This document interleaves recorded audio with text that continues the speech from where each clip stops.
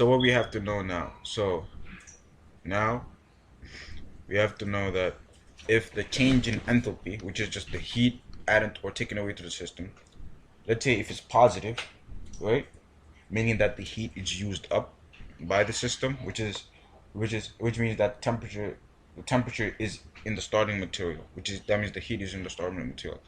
That means that if the heat is positive, if the heat if the heat or change in enthalpy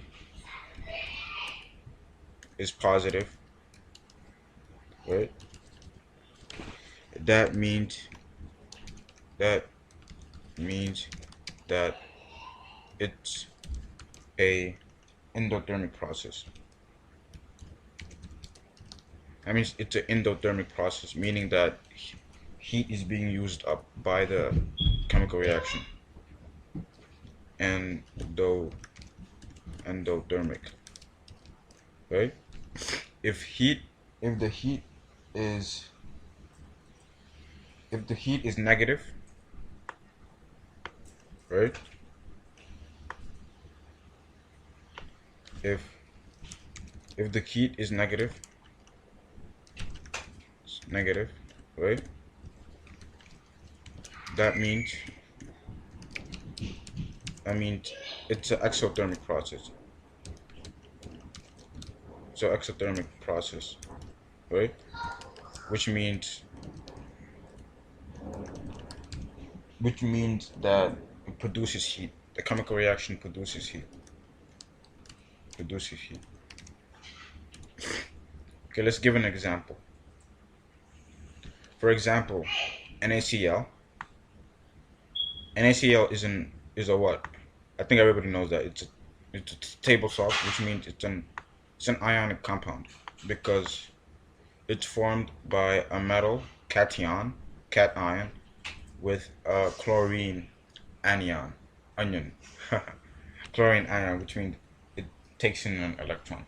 So basically, this could be formed when sodium, when the sodium atom like gives off an electron to the chlorine atom, and it becomes NaCl, right? And this is right. And then usually when this happens, this would be what type of process?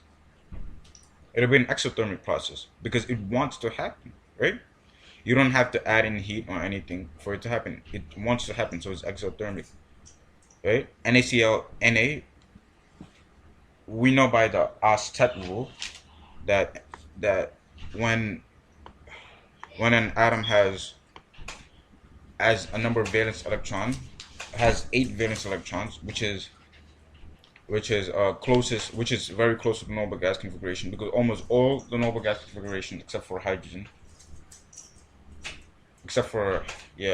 helium, has a number of valence electron, has 8 valence electrons. Almost all the noble gas configurations. So sodium wants to lose 2 electrons. It wants to lose 2 electrons in order.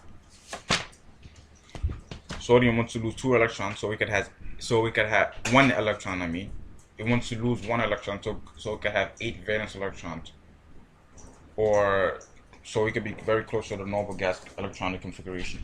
Basically, the electronic configuration of sodium is 1s2, right? 1s2, 2s2, 1s2, 2s2, 2p6,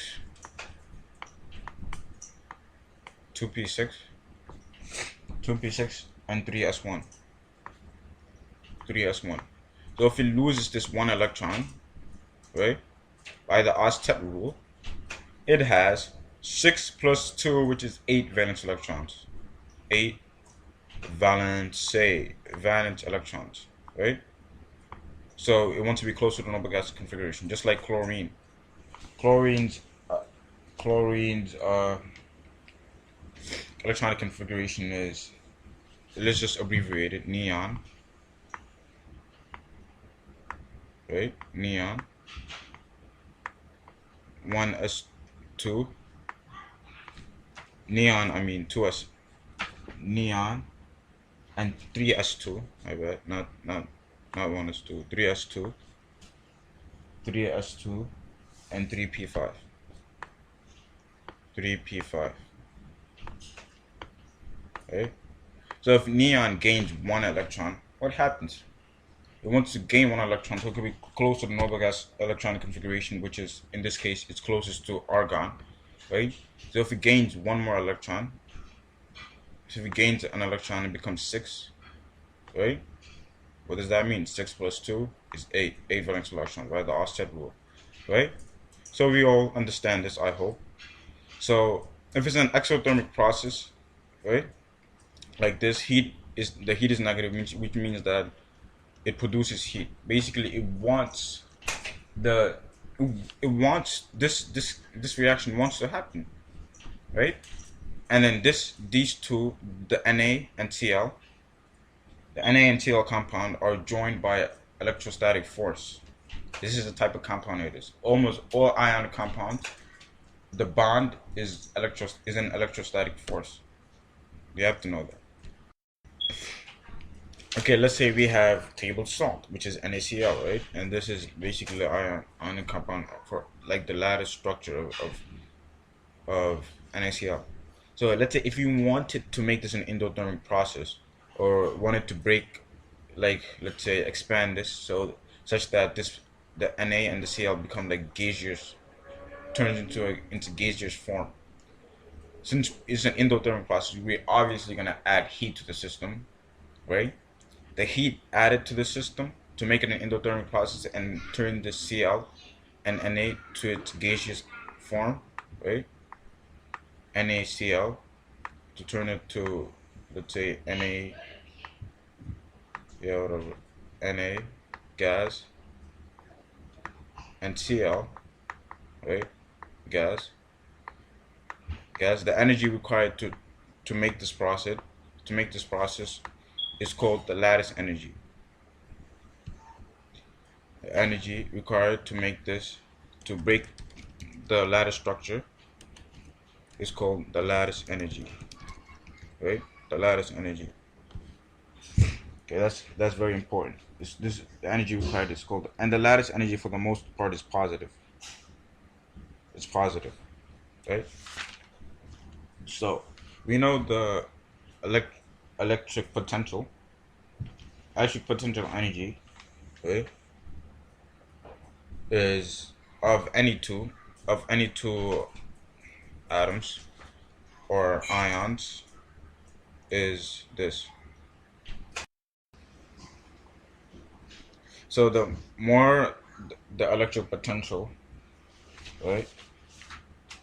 The more electric potential you have, the more electric potential you have, the larger the ion becomes,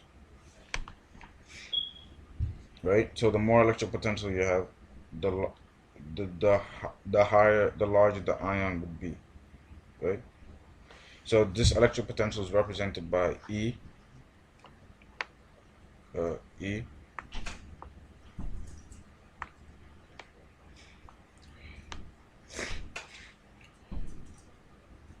is represented by E equals K, the charge Q1,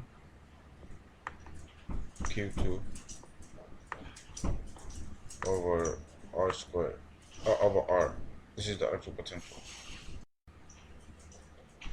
Okay, so having a larger ion, or should I say a larger charge, right? Having a larger charge would increase the lattice energy, right? So the higher the potential energy, I shouldn't say larger ion. The higher the potential energy is between the two charges, the greater the lattice energy would be. Okay, thank you. Because you would, if the potential energy is already so high, it's gonna be very hard to make it an endothermic process, removing or breaking the lattice structure of the two atoms. Okay. Next, I will show you how to write the Lewis structure.